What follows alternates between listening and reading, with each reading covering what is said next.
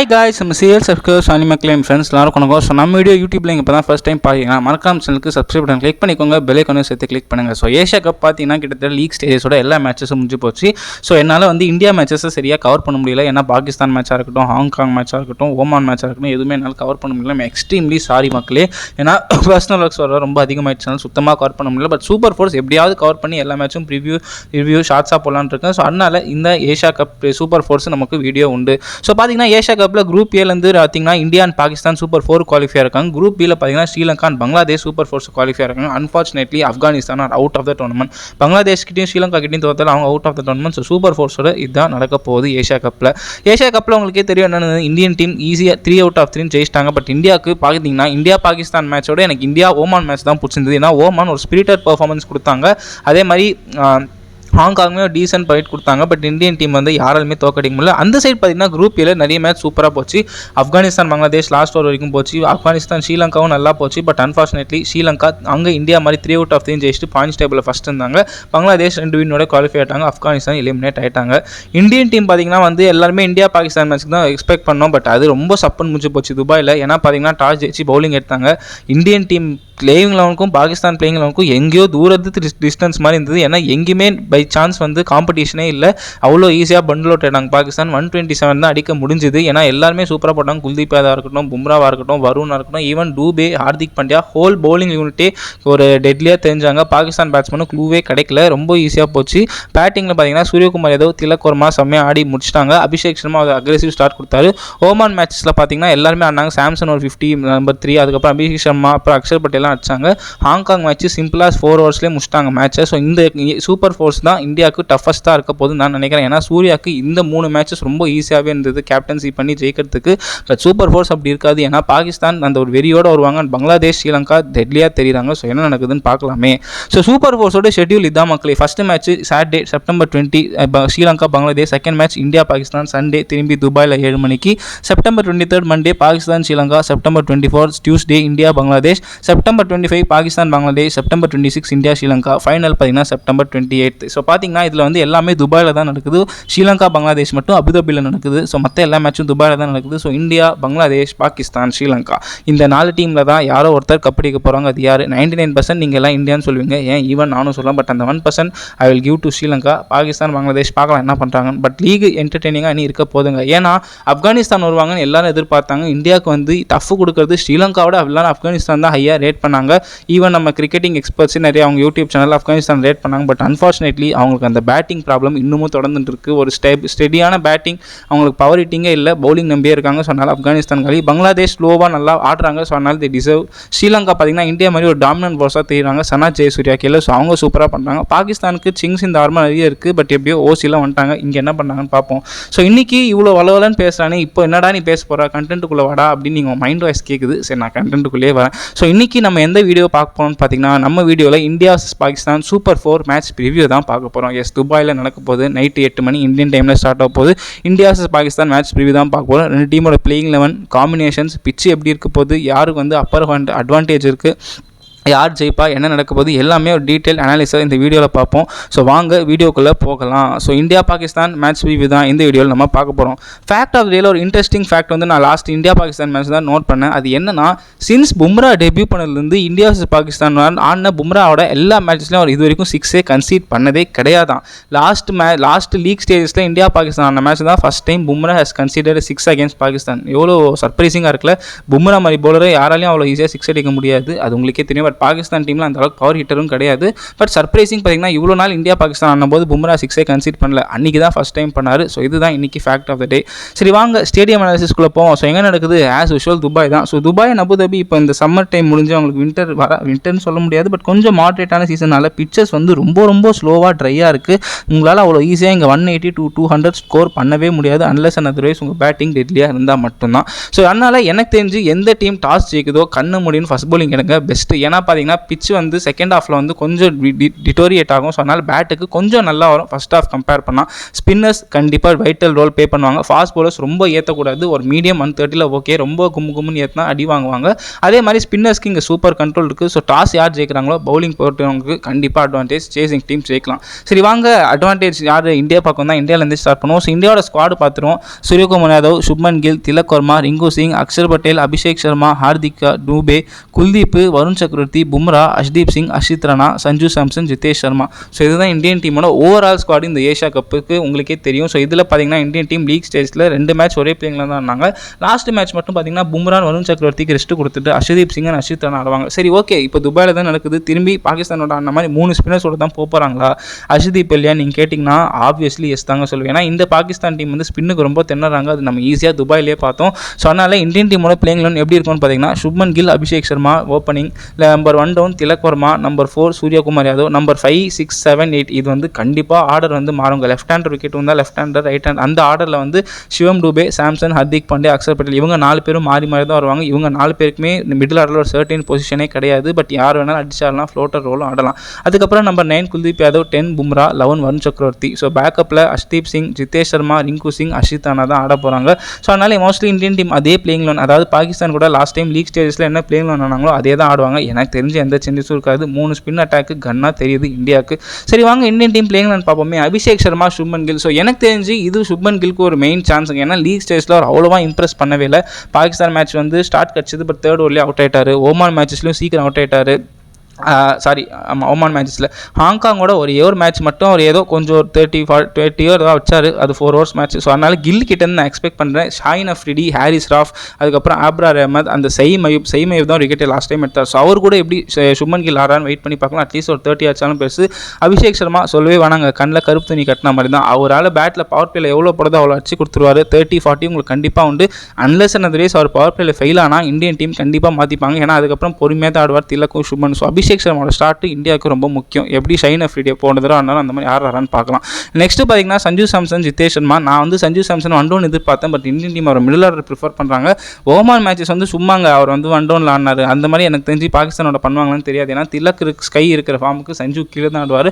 But anyway Sanju Samson கிடைக்கிற சான்ஸை utilise பண்ணால் அவருக்கு பேட்டிங் வருமானு எனக்கு தெரியல பாகிஸ்தான் போலிங் கம்பேர் பண்ணால். பட் சப்போஸ் வந்தால் அவர் ஒரு 30 இல்லை அட்லீஸ்ட் 40 அடிக்கணும். அப்போ தான் அவர் பேச சீல் பண்ண முடியும். இல்லைனா ஜிதேஷ் சர்மா கண்டிப்பாக கீப்பிங்கில் ஃபினிஷிங்கில் அவருக்கு ஏற்ற ரோல் அதுதான். ஸோ அந்த இடத்துல சஞ்சுவோட நான் ஜிதேஷே ப்ரிஃபர் பண்ணுவேன். சஞ்சு சாம்சன் யூஸ் பண்ண ஒரு சான்ஸை கீப்பிங் நான் குறைய சொல்ல மாட்டேன். பேட்டிங்கில் மிடில் ஆர்டரே கிடைச்சாலும் ஒரு 25-30 அடிச்சே ஆகணும். இல்லைனா ஒரு இடம் கஷ்டம். நெக்ஸ்ட் மிடில் ஆர்டர் பக்கம் போவோம். சூரியகுமார் யாதவ், திலக் வர்மா, ரிங்கு சிங் மோஸ்ட்லி பெஞ்ச் தான். So Surya and Tilak 3 and 4 அவங்க மாற்றி வருவாங்க. சப்போஸ் கில் அவுட் ஆனால் சூர்யா வருவார், அபிஷேக் அவுட் ஆனால் திலக் வருவாங்க. எனக்கு தெரிஞ்சு இவங்க 2 பேரும் சூப்பராக ஆடிடுவாங்க. ஏன்னா சூரியகுமார் யாதவுக்கு அந்தளவுக்கு பாகிஸ்தான் டீமில் த்ரெட்னிங்காக எனக்கு தெரிஞ்சு ஹாரிஸ் ராஃப் தவிர யாரும் தெரியல. ஏன்னா ஆப்ரார் அஹமத் கூட அவ்வளோ கன்வென்ஷனல் ஸ்வீப் ஆடிடுவார். அதே மாதிரி சூஃபியான் முக்கியமும் அந்த அளவுக்கு எனக்கு தெரியல. Abrar Ahmed and Mohammad Nawaz maybe Suryakumar Yadav trouble பண்ணலாம். அண்ட் திலக் வர்மா சூப்பர் ஃபார்மில் தெரிகிறாரு. அன்லெஸ் அதர்வைஸ் ஒரு ஃபால் ஷாட்டில் இவங்க 2 பேர் அவுட் ஆனால் மட்டுமே I see India getting in trouble. மற்றபடி Suryakumar Yadav, Tilak Varma easily carry through India. First பேட்டிங்னா இவங்க ஸ்டெபிலைஸாக ஆடிடுவாங்க. செகண்ட் இன்னிங்ஸும் ப்ராப்ளம் இல்லை. ஸோ எனக்கு தெரிஞ்சு இந்தியன் டீமோட மிடில் ஆர்டரில் இவங்க 2 பேரோட இன்னிங்ஸ் ரொம்ப முக்கியங்க. பாகிஸ்தான் கைங்ஸ் தான் இவங்க 2 பேர் அவுட் ஆகிட்டா கண்டிப்பாக பின்னாடி டெட்லி பேட்டிங் இருந்தாலும் மாட்டிப்பாங்க இந்தியா. அது நான் இப்போயே சொல்லிடுறேன். நெக்ஸ்ட் மிடில் ஆர்டர் பக்கம் போவோம். சஞ்சு சாம்சன் அங்கேயே பேசிட்டோம். சிவம் டூபே, ஹார்திக் பாண்டியா, அக்ஷர் பட்டேல். பவுலிங் வைஸ் பார்த்தீங்கன்னா Axar Patel simple 4 overs 20-25 runs கொடுத்து ஒரு விக்கெட் எடுத்துருவார். இல்லைனா 2 விக்கெட் எடுப்பார். நீங்கள் அவரெல்லாம் அதுக்கு மேலே எக்ஸ்பெக்ட் பண்ண முடியாது. அவர் வேலை ஓவர். ஹார்திக் பாண்டியா ஒரு 2 ஓவர் போடுவார். 3வது ஓவர் சப்போஸ் தேவைப்பட்டால் போடுவார். அப்படி இல்லைனா இவங்க ஸ்பின்னர்ஸ் வச்சு 12 ஓவர் ஓட்டுறதுனாலும் விட்டுருவாங்க. அப்படி இல்லை 3 ஓவர் போட்டுருவார். 4வது ஓவர் போடுவாருன்னு தெரியாது. டூபேக்கு திடீர்னு தோணுச்சுன்னா கொடுக்குறாங்க, இல்லைனா கொடுக்க மாட்டாங்க. பட் அது ஒரு நல்ல சாய்ஸ் தான். பவுலிங் கொடுக்குறது தப்பில்லை. பேட்டிங் வைஸ் பார்த்தீங்கன்னா சிவம் டூபே இப்போ தான் கொஞ்சம் லைட்டாக ஆட சான்ஸ் கிடைக்குது. ஸோ அவர் யூஸ் பண்ணோம். அக்ஷர் பட்டேலுக்குலாம் பேட்டிங் கிடைக்குமான்னு தெரியல. பார்ப்போம். கிடைச்சா அவர் வேலையை பண்ணிவிடுவார். ஹார்திக் பாண்டியா ஃபினிஷிங்கில் ஒரு ரோல் பண்ணிடுவார். ஸோ இவங்க 3 பேருமே பேட்டிங்கில் எனக்கு தெரிஞ்சு ப்ராப்ளமாக தெரியாது. பவுலிங் யார் எப்படி போடுறான்னு நான் பார்க்கணும். அக்ஷர் பட்டேல் கன்னு, பாண்டியா அடி வாங்கலாம், நல்லா போடலாம். தூபேக் தரலாம்னு தெரியல. பட் பேட்டிங்கில் இவங்க 3 பேர் அடிச்சுக்க இந்தியாவுக்கு ஆளே இல்லை. அதனால தான் ஃபினிஷிங் டெட்லியாக தெரியுது. பவுலிங் வைஸ் நீங்கள் பார்த்தீங்கன்னா ஹர்ஷ்தீப் சிங் அண்ட் அஷித் ராணா 2 பேருமே பெஞ்ச் தான். ஏன்னா பார்த்தீங்கன்னா துபாயின்றதுனால கண்டிப்பாக ஸ்பின் ஓரியன்ட் பிட்ச் தான் திரும்பி தருவாங்க. ஃபாஸ்ட் பவுலர்ஸுக்கு அவ்வளோ அசிஸ்டன்ஸ் இருக்காது. ஸோ அதனால் எனக்கு தெரிஞ்சு ஹர்ஷ்தீப் 2 பேருமே பெஞ்ச் தான். ஸோ அவங்க உட்கார வச்சுடுவாங்க. பும்ரா பார்த்தீங்கன்னா ரொம்ப ஓட ஆட வைக்க மாட்டாங்க. பவர் பிளேயில் 2, மிடில் ஓவர்ஸில் 1, டெத் ஓவர்ஸில் 1, இல்லை பவர் பிளேயில் 2, டெத்தில் 2 இப்படி தான் போடுவார். ஸோ எனக்கு தெரிஞ்சு பும்ரா அவ்வளோவா வந்து என்ன சொல்கிறது ஒர்க் லோட் இருக்காது, ஏன்னா ஸ்பின்னர்ஸே பார்த்துப்பாங்க எனக்கு தெரிஞ்சு. ஆனால் பும்ராவை 6 அடிச்சாங்க, அதுக்கு பும்ரா கண்டிப்பாக ஒரு பதிலடி கொடுப்பாரு. ஏன்னா வந்து பார்த்தீங்கன்னா 2 விக்கெட்டாவது பும்ரா மேக்ஸிமம் எடுத்துருவார் மேட்ச் ஆன் மேட்ச். ஸோ பார்க்கலாம் பாகிஸ்தான் கூட என்ன பண்ணுறாருன்னு. பட் எனக்கு தெரிஞ்சு நானும் அந்த அளவுக்கு இந்தியன் பவுலிங்கில் நான் அவ்வளோ குறையே கண்டுபிடிக்க முடியாது. கன்னாக இருக்குங்க பாகிஸ்தானுக்கு எங்கேயுமே ஈக்குவலாக இல்லை. சரி ஓகே நெக்ஸ்ட் பார்ப்போம். ஸ்பின்னர்ஸ் பக்கம் போனீங்கன்னா வருண் சக்கரவர்த்தி, குல்தீப் யாதவ், இந்த 2 பேர் நீங்கள் பாலை பிக் பண்ணுறதுலே டைம் ஆகிடும் பாகிஸ்தானுக்கு. நான் எழுதி தரேன். அவங்க லாஸ்ட் டைமே நீங்கள் பார்த்தீங்கன்னா 130 ஷைன் அஃப்ரிடி அடிச்சனால மட்டுமே தான் வந்தது. அவங்க பேட்ஸ்மேன்ஸ் யாராலுமே ஸ்பின் ஆடவே முடியல. வருண் சக்கரவர்த்தி கூகுளியாக இருக்கட்டும், குல்தீப் யாதவ் ரிஸ்ட்வனாக இருக்கட்டும், அவங்களால பிக் பண்ணவே முடியல. ஸோ இவங்க 2 பேரோட 8 ஓவர்ஸ்லேயே மேட்ச் டிசைட் பண்ணிடலாம். இவங்க எவ்வளோ பாகிஸ்தான் அடிக்கிறாங்க, இவங்க என்ன பண்ணுறாங்க. ஏன்னா இவங்க 2 பேர் சுத்தமாக பாகிஸ்தான் பேட்ஸ்மேன்ஸால் பிக்கே பண்ண முடியல. பார்க்கலாம் இந்த தடவை துபாயில் அதே ஸ்டோரி ரிப்பீட் ஆகுதா இல்லை கொஞ்சமாவது ஃபைட் காட்டுறாங்களான்னு. ஸோ வருண் அண்ட் குல்தீப் டேண்டமாக டுகெதர் 3 or 4 விக்கெட்ஸ் எடுத்துட்டாங்கன்னா இந்தியா வின்னுங்க, ஈஸியாக வின்னு சொல்லிடலாம், அதில் பிரச்சனையே இல்லை. ஸோ எனக்கு தெரிஞ்சு இந்த இந்தியன் டீமில் ஒரு சிங்க் இந்த ஆர்மரே தெரியல, பக்காவாக கன்னாக இருக்குது. பாகிஸ்தான் பக்கம் போவோம்.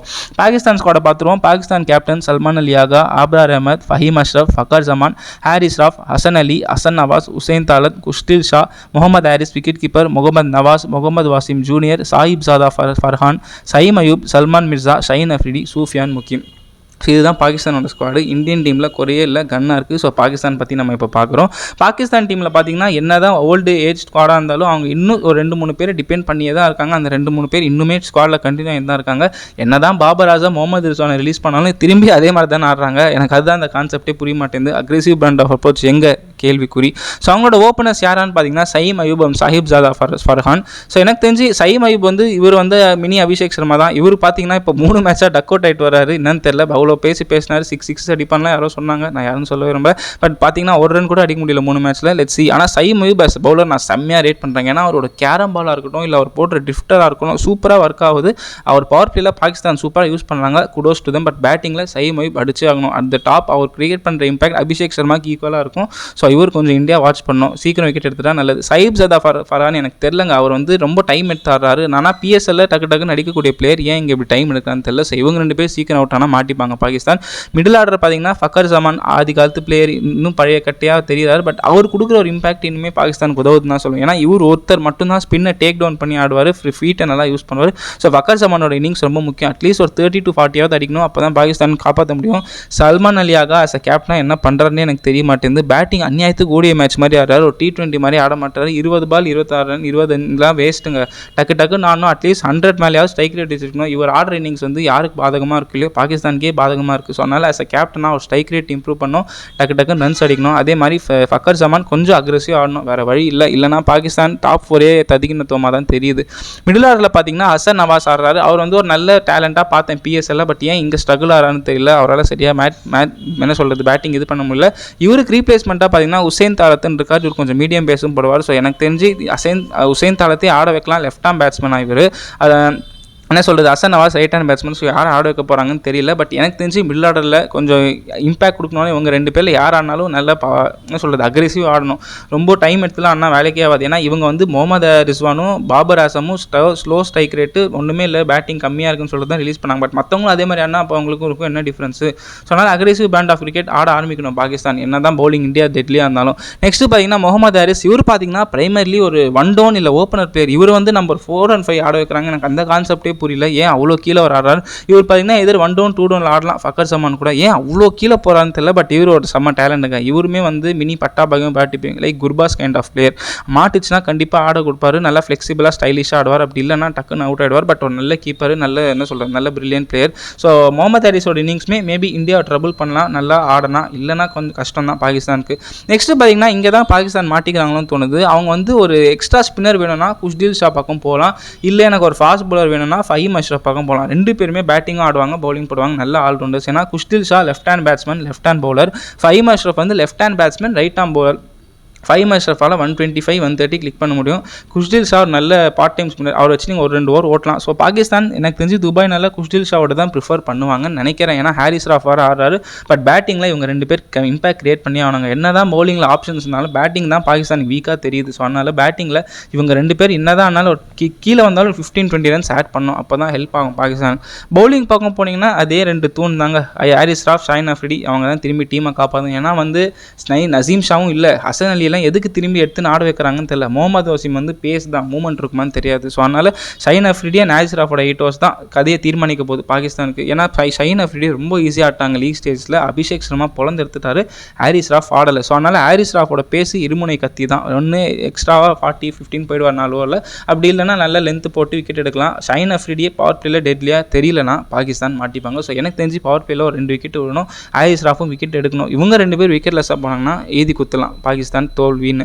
லாஸ்ட் பட் நாட் லீஸ்ட் பாகிஸ்தானுக்கு ஒரே ஒரு அட்வான்டேஜ்னா அவங்க ஸ்பின்னர்ஸ் தான். ஏன்னா இந்த சூஃபியான் முக்கியமாக இருக்கட்டும், முகமது நவாஸாக இருக்கட்டும், 2மே லெஃப்ட் ஆர்ம் ஸ்பின்னர்ஸ். பட் டெட்லியாக தெரியினாலும் ஏதோ இம்பாக்ட் கிரியேட் பண்ணுற அளவுக்கு இருக்காங்க. பட் அந்த ஆப்ரார் அஹமத் வந்து ரொம்ப மிஸ்ட்ரி ஸ்பின்னருங்க, நல்லா போடுறாரு. ஈவன் லீக் ஸ்டேஜில் கூட அவர் அவ்வளோவா பிக் பண்ண முடியல திலக் வர்மா, சூரியகுமார் யாதவ்னால. ஸோ அதனால் அவர் ஒரு deadly player to watch out for இந்த ஷைன் அஃப்ரிடி. அதுக்கப்புறம் வந்து ஃபக்கர் ஜமான் தாண்டி பார்த்தீங்கன்னா ஆப்ரார் அஹமத் கொஞ்சம் ஹையாக ரேட் பண்ணுவேன் இந்த டீமில். மற்றபடி எனக்கு எதுவும் சொல்கிறதுக்கு இல்லை. முகமது நவாஸாக இருக்கட்டும், சூஃபியான் முக்கியமாக இருக்கட்டும், அவ்வளோ டெட்லியாக போட மாட்டாங்க. பவுலிங் ஆக்ஷன் ஓகே, பட் ஆனால் பால் வந்து டெட்லியாக வரல, இம்பாக்ட்டும் கிரியேட் பண்ணுற மாதிரி தெரியல. நவாஸால் பேட்டிங் ஆட முடியும், பட் அவர் இந்த ஏஷியா கப்பில் இன்னும் அரைவால. சூஃபியான் முக்கியமாக அரைவால. ஆப்ரார் அஹமத் தான் கீ ஃபார் பாகிஸ்தான். அவ்வளோதான் மக்களே, இந்த வீடியோவில் ஆல்மோஸ்ட் எல்லாமே பேசிட்டேன். பாகிஸ்தான் பற்றி எனக்கு கவர் பண்ணுறதுக்கு எதுவுமே இல்லை. அவங்க சம்மவ் தட்டு மாதிரி வந்துட்டாங்க சூப்பர் ஃபோர்ஸுக்கு. டீம் எரு ஆங்கிளையும் டெட்லியாக தெரியல. ஆனால் இம்பாக்ட் கிரியேட் பண்ணுற அளவுக்கு டீம் இருக்குது. ஆனால் பிளேயர்ஸ் பர்ஃபார்மன்ஸ் கொடுக்கணும். இந்தியன் டீம் பற்றி சொல்லவே வேணாம், பேப்பரில் கன்னாக இருக்காங்க. Beat batting, beat bowling. Suryakumar Yadav கேப்டன்சியும் நல்லா இருக்குது, அதே மாதிரி டீம் ஃபார்மேஷனும் நல்லா இருக்குது. ஸோ இந்தியாவுக்கு ஒரு மிஸ்டேக்கே எங்கேயுமே இல்லை.